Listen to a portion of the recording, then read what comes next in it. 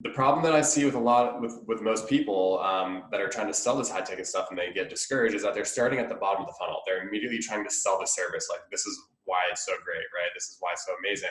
But they're skipping all that nurturing that should be coming before that. And that's really where I think a lot of people make those mistakes.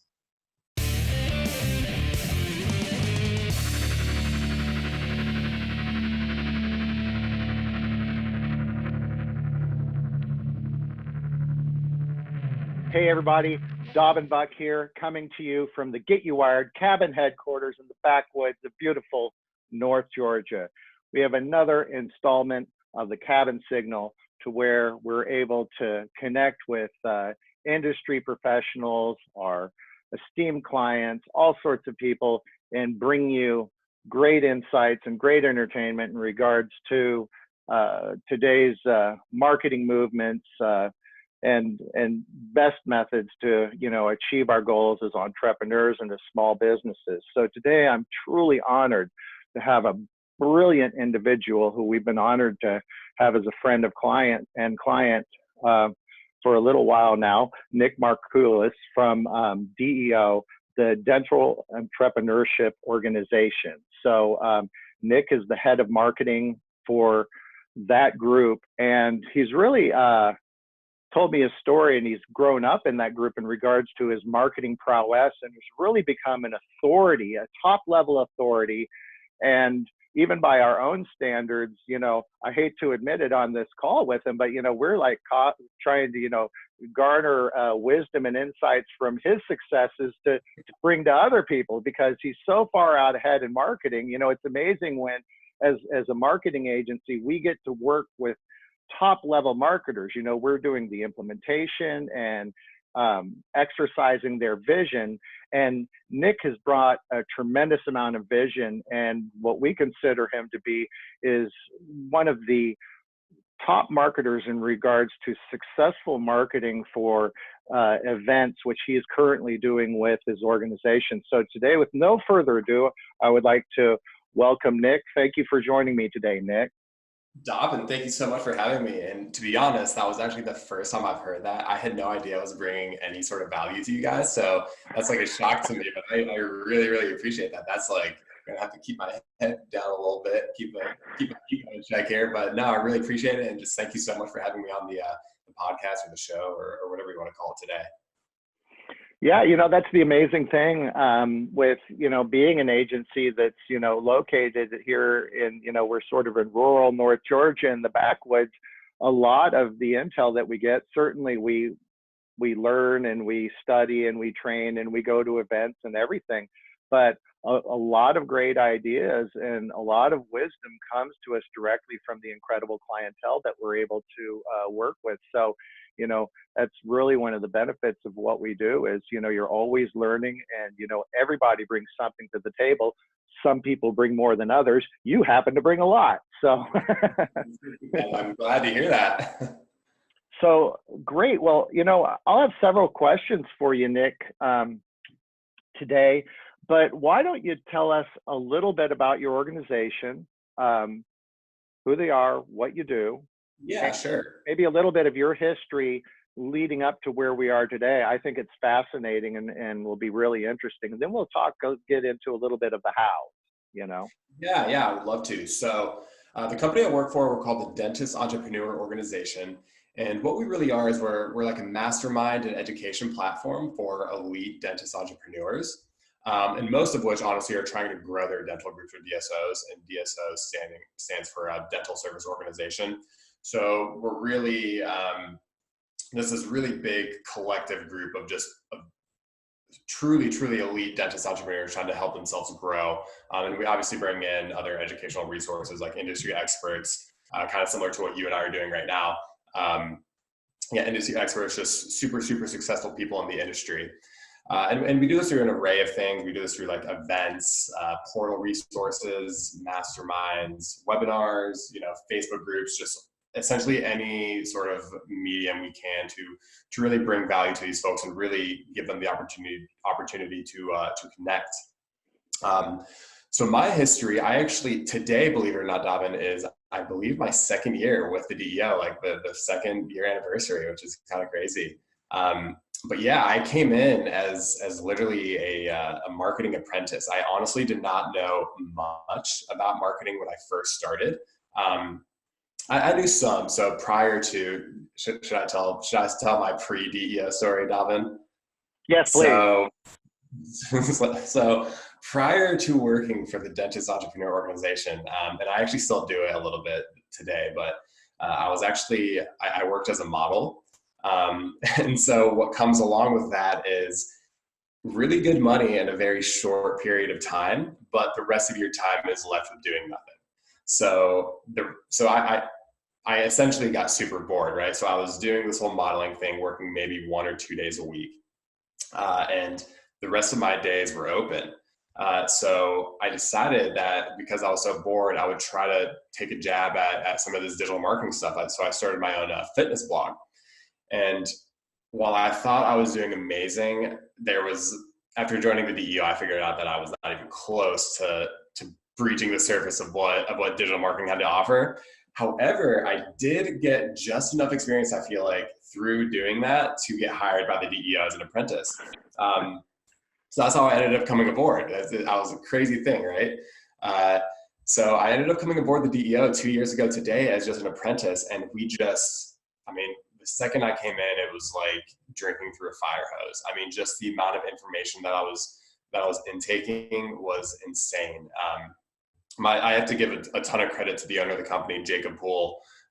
He has been truly a great mentor to me. He actually started, so before the DEO, the Dentist Entrepreneur Organization, he actually ran his own marketing agency. So he has a marketing background, and his agency tailored to dentists. So I think that's just kind of how he segued into this industry. But anyways, he's been a tremendous mentor to me. He's given me all the trainings I've needed, I think, to grow as fast as I believe I have in this business. But yeah, so I started off as a marketing apprentice, and then we just grew so fast, and just one thing led to another, and I ended up becoming the leader of the entire marketing team. So I started as the apprentice, and then I eventually became our lead media buyer. So I ran all of our Facebook ads, LinkedIn ads, just all of our media buying efforts. And then after that, I landed on the head of marketing for the Dentist Entrepreneur Organization.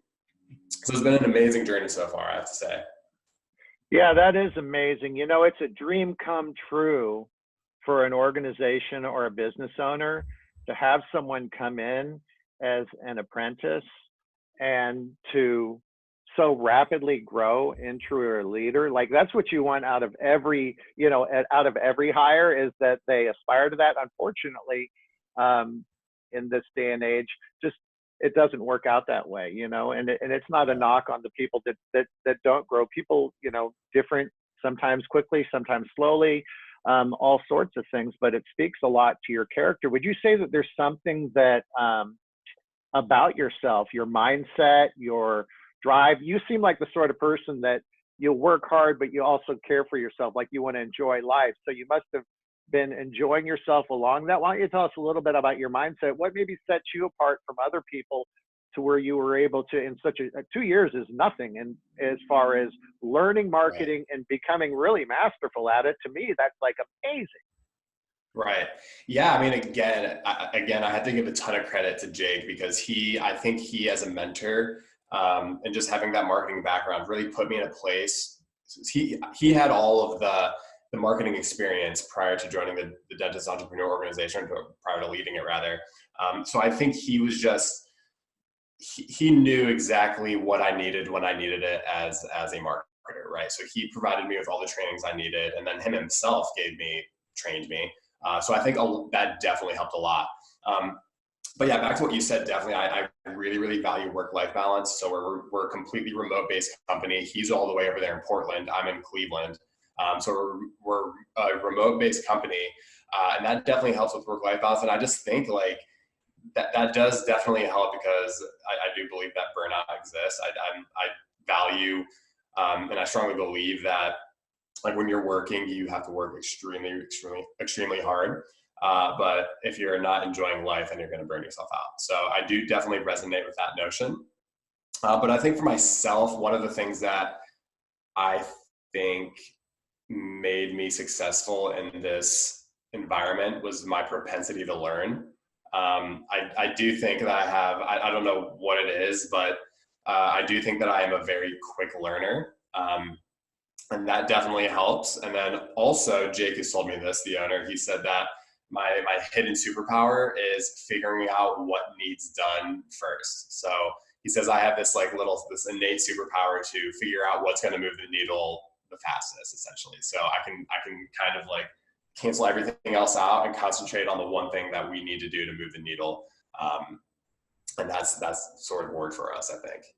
Amazing, amazing. So outside of this incredible mentor, which I think is just brilliant, that an organization has that, what other outside resources have you leveraged that maybe you could share with our audience that are trying to learn more about marketing, media buying, top of funnel marketing, those sorts of things that you've really embraced? Are there any resources outside of your organization that maybe helped you along the way?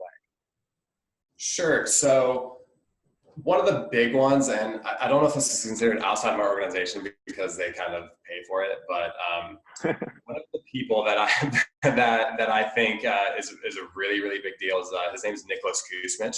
I think he's I've taken a lot of my Facebook advice and Facebook marketing techniques from him. But other than that, I mean, if you can't, obviously, YouTube is actually also really big. I mean, there's a ton of, you would be shocked at how many free resources there are on YouTube. Because that's top of funnel, right? We're going to get into that a little bit later, but everyone puts a lot of really good people, they put out a lot of top of funnel resources on YouTube, on Facebook, things like that are completely free. And I have definitely taken advantage of a lot of that. So you have Nick Kusmich, Miles Beckler, there's a ton of people, what's his name?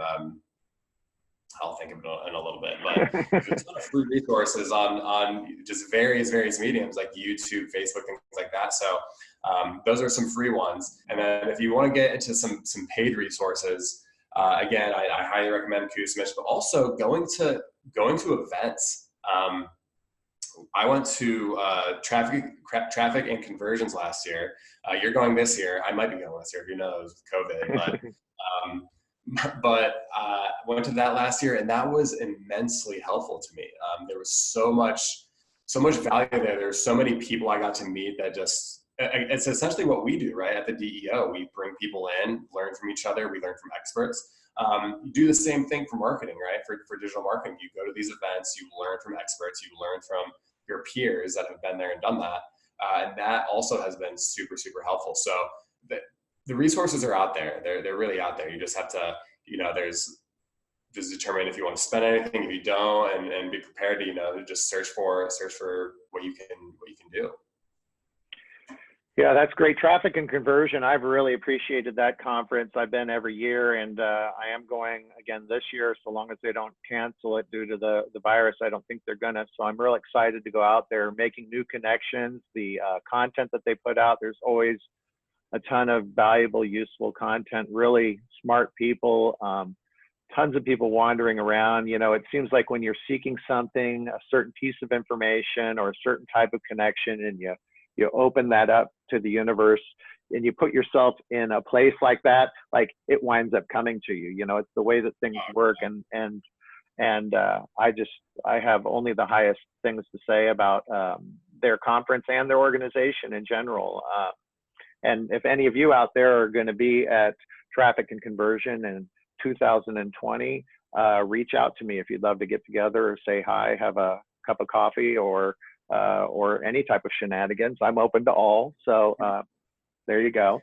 I'm like 75%. Like I think I'm going, but there might be a slight chance that I don't. But if I am there, come say hi. Well, wonderful. Well, why don't we start at the top? So there's a lot of people that are our clients, or people that are on our list, people that follow us socially and all, that are either currently involved in their own events or have this desire to put on their own events, but it's like, oh gosh, how do I get butts and seats? How do I draw attraction to that? And you've been very successful in regards to that. If you don't mind me asking, just to give some context to our audience, your clientele are very specific, even within the dental arena. These are people that own multiple locations, from any people that either are aspiring to own multiple locations or may own, 10, 15, 50 locations, crazy stuff like that. So it's very specific, but how many people do you get out to your events generally? So we're continuing to grow rapidly. Obviously, COVID is going to affect this, but so last year we had, I want to say we had like 300 people, and then this last event, we had we sold out. We actually sold the event out. We would have had probably close to 600. So we almost doubled I think we almost doubled our event attendance, but had we not sold out. And if we didn't sell out, I think we would have easily been able to get like 600 people in the building. Paid attendees, that is. We have, various other people like vendors, speakers, things like that. But had we not sold out our last event in November, I think we would have probably sold around 600 tickets. Sure. And this is premium pricing too. So these events that you're putting on aren't like, here, free events and buy product. This is like a product in itself. It comes at an honorable price point, to be sure. And so you're really getting strong and committed conversions to people that believe that what you provide is going to take them to the next level. So I think that's incredible. Perhaps you could share with us some of your favorite channels in regards to driving traffic and converting to interest in the event, or how you go about doing it. A lot of people, and this is what I think is great, is that you are utilizing media buying and traditional channels to drive traffic and to achieve your goals. A lot of people that are getting into events, they're mainly focused on like joint venture marketing, or exploiting someone else's relationships to try and get people in, but you don't seem to be doing that, at least from what I can see. And so I think that your methodology, your thought process is actually, if someone can rise to the occasion, makes it possible for anybody with the wherewithal and the understanding of marketing. Yeah, sure. I'd love to elaborate on that. So by far, par none, our strongest medium for driving both event sales and our membership sales, which is the other end of our business, is Facebook. So I think that there's the problem. I think that a lot of people have with Facebook is that it just seems like it's such a steep road. So you have this really expensive, not really expensive, but this high ticket item. And I think a lot of people maybe try to sell it cold, and they just don't see a lot of success, because it's kind of hard to do. You can't go from 0 to 100. You can't just go on Facebook, market something for $1,000. You might be able to, but it's tough. Market something for $1,000 and then expect to sell it. So I think a lot of people get discouraged. And there really is a path. Like, you have to take a path to get there, right? You can't just, very, very seldom can you just sell something like that cold. So I think we'll probably get a little bit into that. But definitely by far, Facebook is one of our strongest mediums. Other mediums we like to use, LinkedIn has been okay for us. Solo ads, so using some of our industry partners, our industry vendors, doing some display ads on their channels, and then email, really. So those are definitely probably our main ones, but I would say par none, Facebook, and then even email are our two biggest channels for generating that traffic. Great. So with the email though, your list building efforts are still coming through those other channels. All from Facebook. Yeah. So all through Facebook. So you're building your list, and then ultimately you're able to retarget through that, and all sorts of different automated methodology. So with so as an example at Facebook, and this is what's real interesting. So if I were to tell the audience, that, hey, Nick is seeking dental practice owners that have a single location or multiple locations or aspire to have multiple locations, that's sort of a pretty niched group.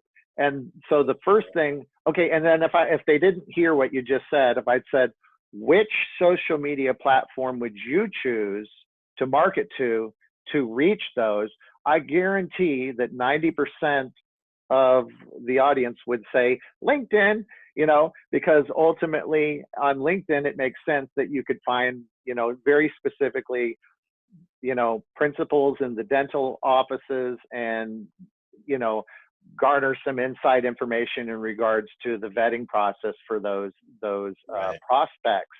It's really fascinating to me that Facebook is your vehicle of choice. Could you maybe break down how you weed your way through all the different noise and different things in Facebook to arrive at your audience?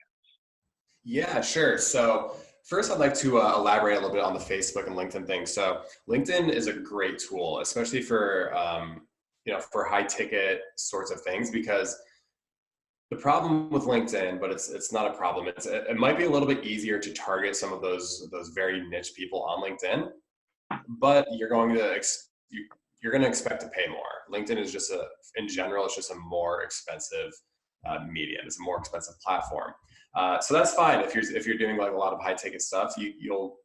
Your cost per lead and maybe your cost per acquisition stuff might be a little bit higher. That's just what I've seen, at least in our business on LinkedIn. But that's fine, right? It's high ticket. You're still positive ROI, things like that. So it's not a big deal. But the thing with Facebook is if you hone it in right, you can get that traffic and you can get those conversions way cheaper than you can on LinkedIn. You just have to know what you're doing. And so I'll segue into this kind of this overview here. The way I see Facebook, right? So we have this path again. We have from 0 to 100, right? A lot of people are just trying to sell that 100 right off the bat. But there's a process to that. There's a top of the funnel, there's a middle of the funnel, and then there's a bottom of the funnel. The top of the funnel, you're essentially trying to, you don't even know if these people know who you are yet. Like if you are, how do you expect to sell a $1,000 product, no matter how good it is? Like even if it's a great product or service, how do you expect to sell something that's $1,000 if they don't even know who you are, right? So that's one thing, right? You need the top of the funnel to be able to build that awareness, to be able to give value, things like that, and really get people to know who you are. And then now, even when you do that, it's still going to be a little bit tough to convert people. So what else do you need to do? You need to collect their email address. You need to be able to retarget them through email, right? Kind of nurture them. They might not always be on Facebook. You need to be able to send them emails, kind of get your message across that way. And then even then, that might not be enough, right? And so you have to go even further down to the bottom of the funnel where you're retargeting to them, but you're really like, at this point, you're really showing what they know who you are. They've gotten emails from you. Now it's time to show why your product or service is amazing, why it's as good as it is, right? So you can use the bottom of the funnel to express that. So there's the problem that I see with with most people that are trying to sell this high ticket stuff and they get discouraged is that they're starting at the bottom of the funnel. They're immediately trying to sell the service. Like, this is why it's so great, right? This is why it's so amazing. But they're skipping all that nurturing that should be coming before that. And that's really where I think a lot of people make those mistakes.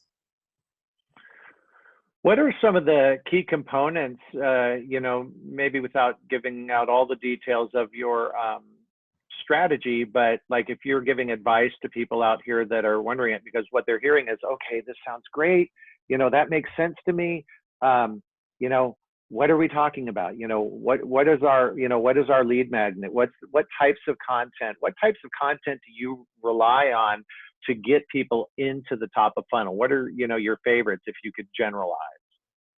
Sure. So I'll elaborate a little bit on each of the stages.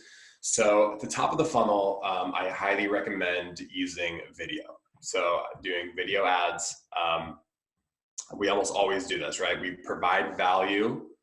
So it's like, even this video right here, right, Dobbin, I would break this down, I would splice this down to a couple of however 5-minute or whatever videos, and I could run this on the top of the funnel.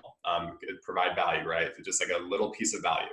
And the reason why is because the whole purpose on the top of the funnel is to build that awareness that I said before, but more importantly, it's to create some retargeting audiences and also lookalikes. So Facebook has a really, really unique feature where you can create audiences based on how much of a video somebody watched.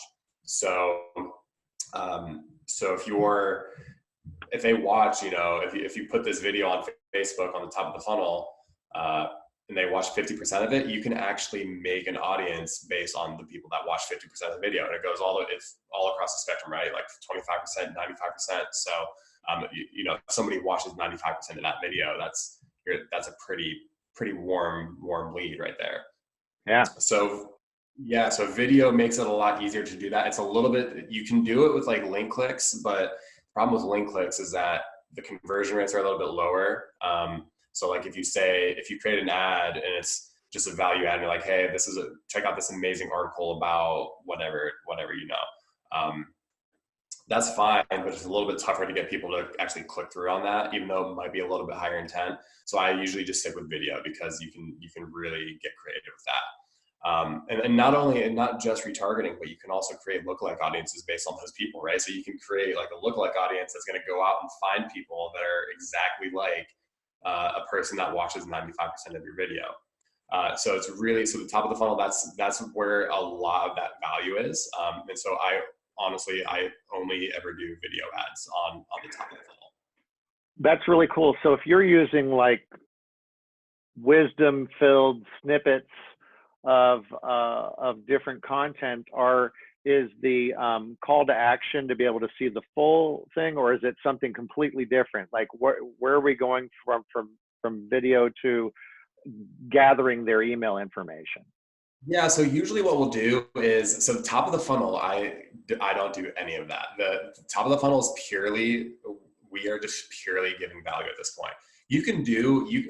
I would, so on the top of the funnel, we will do, so for instance, if the video is based on like a certain blog post or something like that, we'll have like to read the full blog that this is based on or whatever, click here, just like a little bit.ly link in the ad copy.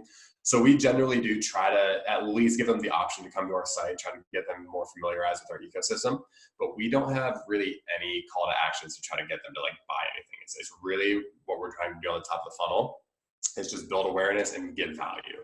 That's it. And then because by doing that, we're really, our main goal, again, as I said, is just to try to create these audiences that we can use on the middle of the funnel and then the bottom of the funnel.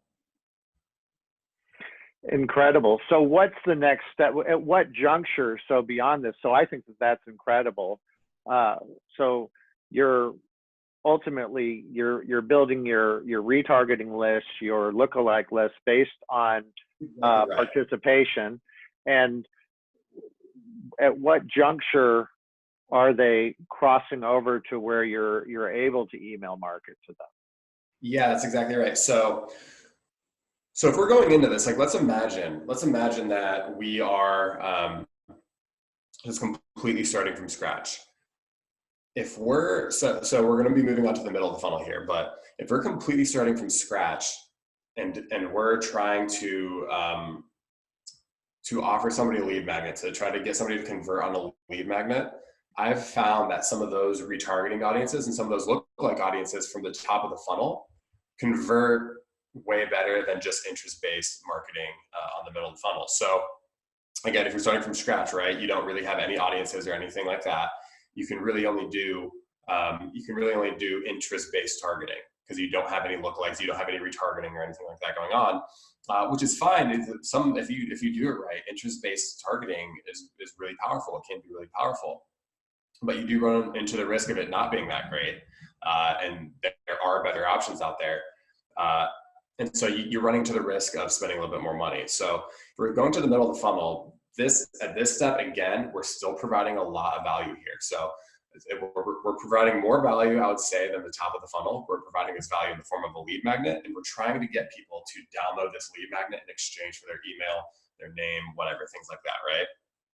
Now, the Problem is without that top of funnel audience, you might be starting a step back because you have to rely on interest-based targeting. And it's a lot easier to get somebody to watch a video than it is for them to give you their email address, right? Right. So that's the whole point of the top of the funnel, is to get those that really easy traffic, that cheap traffic up there.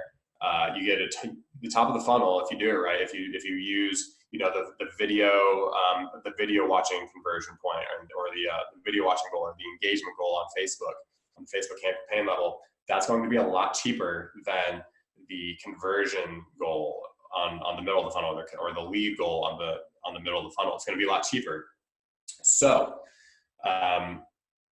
to kind of wrap this all up, so if you use those audiences that you get from the top of the funnel to put you in a better position on the middle of the funnel, you'll probably find that you're going to get those leads at a lower cost than if you were to just go into a blind with the middle of the funnel, right? If you don't have any audiences going into the middle of the funnel.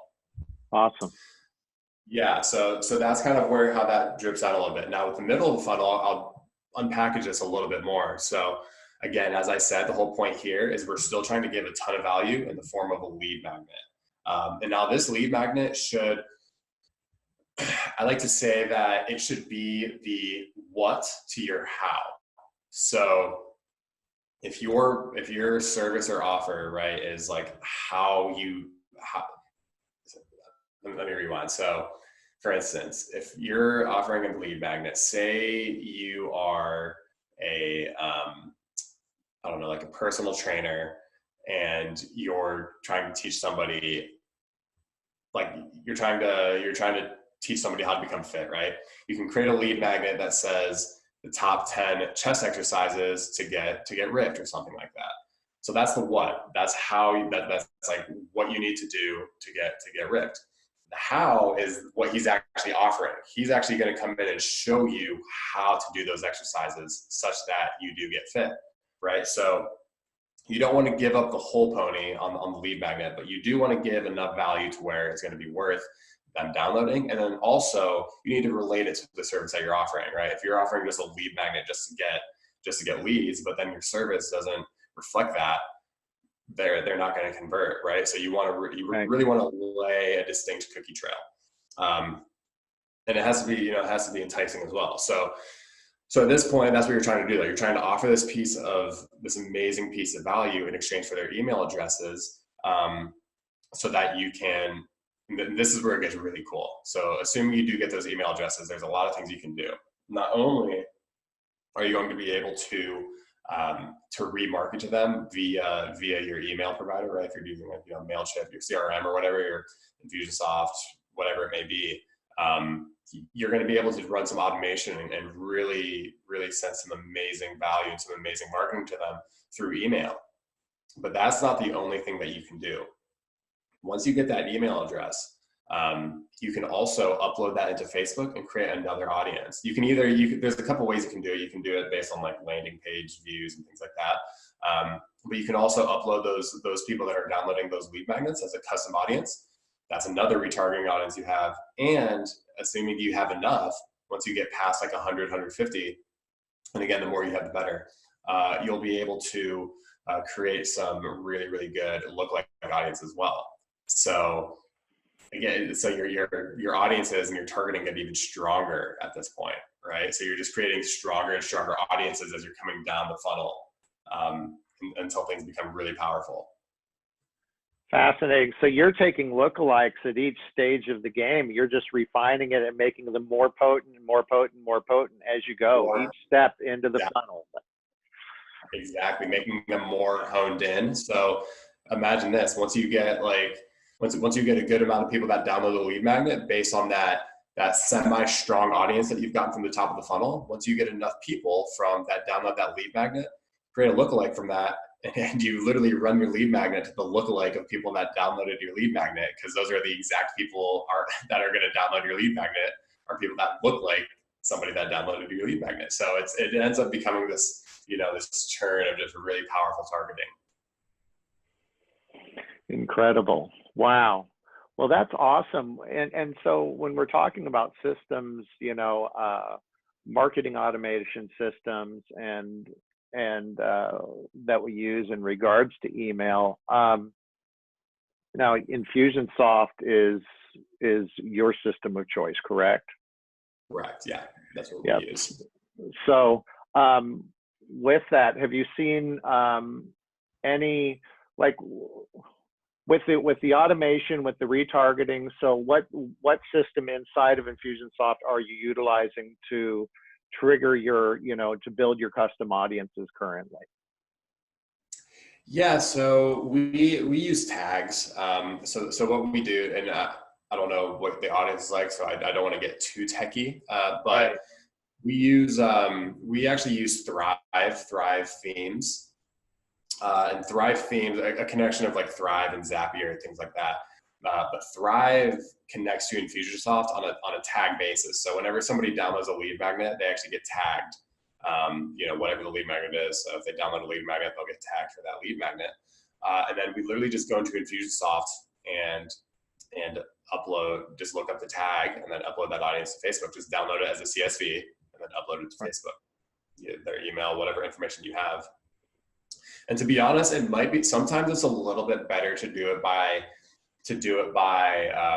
landing page. So if you can actually create audiences in Facebook, of people that have visited a landing page within a certain number of days. And sometimes that's better because that audience actually continues to update, right? So whenever you upload an audience into Facebook manually, like through a CSV, it's just that audience, right? It's just that X amount of names. But whenever you do it by like a landing page, it's constantly updating. As people are downloading the lead magnet more and more, that audience continues to update, right? So sometimes it is better to do it that way.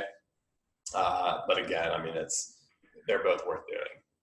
And then with removing people from the custom audience once they've moved on. Exactly right. So that's exactly right. You also want to exclude the people that have visited that thank you page, right? So you have a lead magnet, they download the lead magnet, and then they go to a thank you page. You want to exclude people that have been to that page because that means they downloaded that lead magnet. You want to exclude them from any more of your lead magnet marketing, right? So because you don't want those people seeing that ad. Fascinating.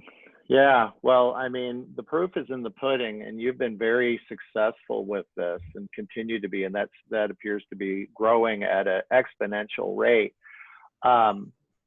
Let's talk a little bit about GetUWired. Now, you're a very accomplished marketer. Your group is really smart. Why would a team like yours, who's really autonomous, self-sufficient, what made you have the decision to come and work with an agency? Because a lot of things you can, you have the wherewithal and the ability to do yourself. What makes a really smart group like yours want to work with agency, and why is that smart for you?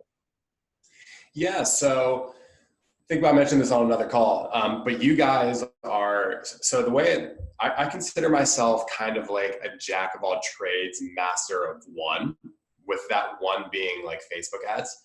Now, that's not to say that I'm not proficient at some of the other things, but I know that, like, for instance, Infusionsoft, I know that you guys are preferred partners with them. You guys have a ton of background on that, and I just know that you guys have more to offer there than I would. I know how to navigate Infusionsoft, I know how to build campaigns, do all that stuff, but I know that you guys, I mean, just some of the stuff that you guys have done for me in our company in there, and Infusionsoft has spoke for itself. It's just been amazing. Like, you guys have an incredible team over there that can do a lot of things that I might not be able to do, right? And I honestly believe that to be super, super successful, especially in such like a lean company that like we are, you really want to become an expert in one thing and really make that your thing, and then let other people kind of make up for some of the things that you're not really concentrating on, right? So I've found that we have found that Facebook ads are really, really successful for us. So I've concentrated a lot of my time and energy into Infusionsoft.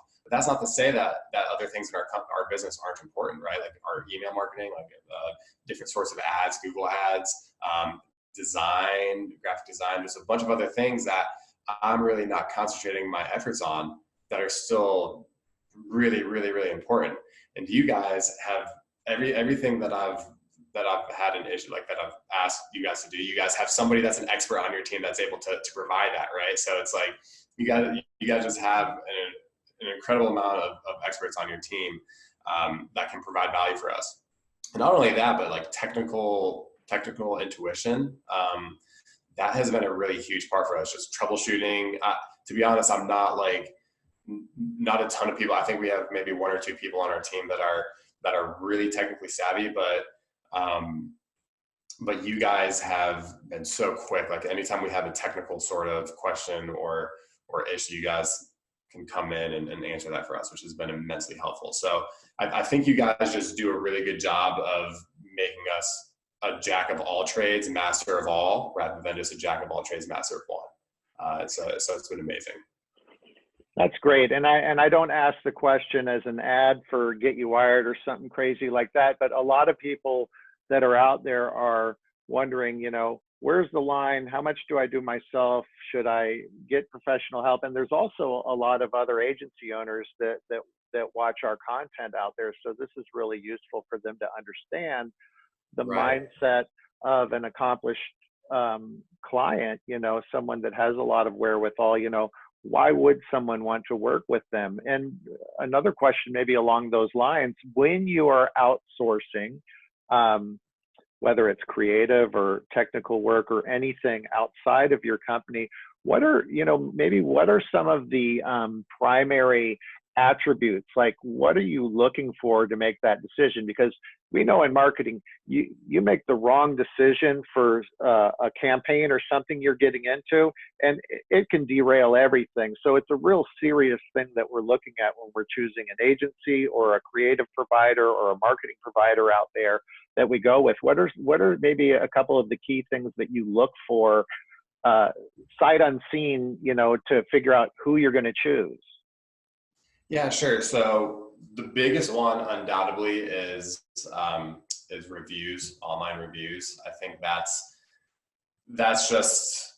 about as raw as it gets, right? You can't really fake that. I mean, I guess you can, but definitely online reviews is one of the really, really big ones. Then also references. So prior to picking you guys, it was a really, really long process. We talked to multiple people, and some of them were very reluctant to ask for to provide references, and you guys were so forthcoming about that. So that spoke a lot about picking you guys. So I think if anybody who's listening to this is looking to find an agency, or not, they're obviously with you guys, they might be, I don't know. But if you're looking to find an agency and people are hesitant to give you references, that to me, that's kind of a red flag a little bit right there. And then also examples, right? So when we were talking to agencies, we were asking for kind of just not examples of like what's your secret sauce? Like give me, do work for me. It's more so like give me some examples of stuff you guys have done for people in the past. So just kind of that tangible evidence of some of your work, right? Like people, I personally like to see that, so I can see kind of what I might be getting myself into. So definitely, yeah, online reviews, references, tangible evidence, tangible work. And then finally, I would say, this is what maybe, I mean, we kind of decided on you guys before this, but this was definitely what put us over the ledge, was just seeing how picking an agency that will integrate really well with your business model. So us personally over here at the Dentist Entrepreneur Organization, we work with Infusionsoft. So that's our main CRM. And we found that GetUWired is a preferred Infusionsoft partner, right? So that's just a match made in heaven. A full service marketing agency that knows their way around Infusionsoft, that's a really, really big deal for us. Other agencies, not to say that they wouldn't be able to figure it out, but just to have somebody that already knows the inner workings of that pretty intricate system that we use was a big deal for us. So yeah. Wow. Yeah, that's intriguing. And once again, there's a lot of great agencies out there. I'm friends with a lot of them, and it's sort of a small world. And I'm always fascinated at, hey, what are the things, particularly the really smart and accomplished clients? There are people that just don't have the energy to do the research. And if they get on a call that feels good, they'll roll the dice. But what I like is a story of someone that actually takes the time to research various agencies, to go through that vetting process, and to make a really truly informed decision in regards to that. What about the actual, I'm curious now that you've made all these comments on this, I didn't realize you'd done such a deep dive to this point.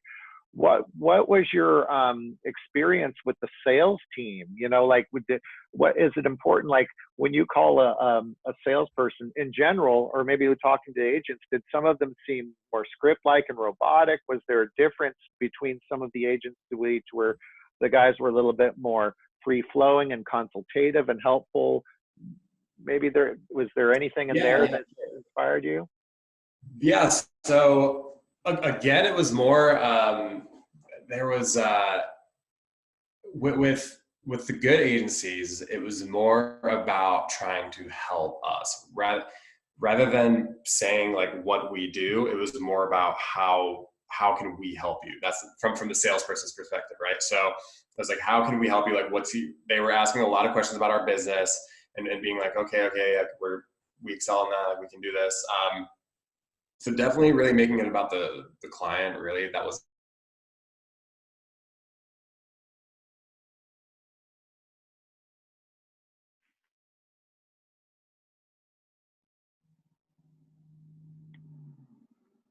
super open about. Can you see me, Dobbin? Yep, I lost you just for a second. Cool. Okay, cool. But yeah, anyways, so again, just being really, really forthcoming with things that we kind of asked for. We had this really, really big list, right? So a huge list of questions that we ask. I wish I had it, but again, there was things like, first, like, what do you guys do, right? Like, what do you guys offer? They have to check the boxes. Like, at the time, we were looking for full service agency, not just a media buyer, not just an email marketer. We were looking for something more full service. So you have to really know what you want, and then just kind of go through the list, right? And just see how many of those boxes get checked. But definitely, like, you don't want to pushy salesman. You really want to, at least on the first call, you just want to make sure that you're really just doing your due diligence at that point. You're trying to get all of your questions answered and see and be able to go back and make an educated decision on what you want. And I have to say you guys are excellent at that. But then again, like, it really, one of the main things that it came down to was just being forthcoming with some of the stuff that we were asking for. Like, if we were like, hey, do you mind if you provide us a reference? Do you mind if we kind of see an example of some of your work? Those were like some of the really big questions that we asked. And the people that were very hesitant about that, it was just a red flag for us. Whereas the agencies that were super confident in what they've done for other clients and super confident in the work that they've done, we're just like, absolutely, here you go. That was a really, really good sign for us. Yeah, that's great. So for those of you out there, before you're hiring an agency, whether it's GetUWired or one of the hundreds of other or thousands of other incredible agencies that are around this country, take the time to really define what you're looking for, structurally, technology, experience, reputation, the vibe, all of that stuff. Nick here is, ultimately took the time to prepare for this vetting process, to work through it systematically, and to be able to make a really informed decision. It's way better to go through that effort and the time that it takes to prepare for that than to hire the wrong person, have to switch gears and hire somebody else. And sometimes you're so deep into that relationship that you're trapped and you're like, oh, I'll just keep going, it'll get better. I've seen that. And I've been on the tail end of those relationships where someone that's been going for even sometimes years, down the wrong pathway, then they finally cut ties and they go with another agency. And it's just tragic. So, it seems like everything you do, based on our previous conversation in this, is really about a logical, systematic approach to running a business, to making decisions, to your marketing, to all of that. I think there's a lot of lessons learned here. And the amazing thing, you know, that I'm still blown away by is that, you know, coming from the, you know, the modeling world into having some, you know, some free time, embracing digital marketing and joining a team and rising to the top in 2 years, in 2 years period, you know, to me, you know, my hat is off to you. You know, I promise you that my career trajectory was not so super cool as that, you know. I'm about 30 years in now, but you know, but you have a waterfall in your backyard. You have a lake.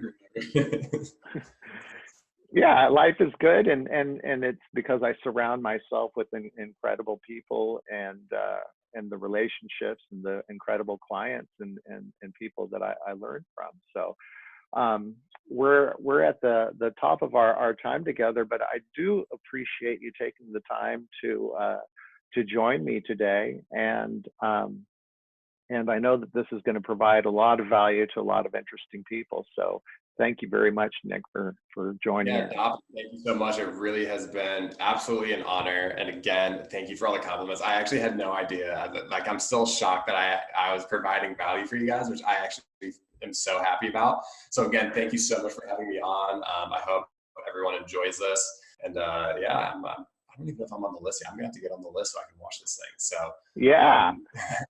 I'll have to make sure I am. But yeah, again, thank you so much. It's been an absolute pleasure. And yeah, hope I see you over there in San Diego soon. Right on. All right, everybody. Another successful interview jam session today on the Cabin Signal. If you haven't subscribed to the GetUWired newsletter, every month we have 3 different videos that are coming from industry experts, our clientele and relationships, and internal cabin culture. So we have 3 different formats that come out in each newsletter. It's also generated into our social sphere and other channels. So you can grab that content. You'll be the first to grab the content if you get on the GetUWired newsletter that you can get at www.getuwired, that's G-E-T, the letter U, W-I-R-E-D.com. Thanks again, and see you on the next edition of the Cabin Signal.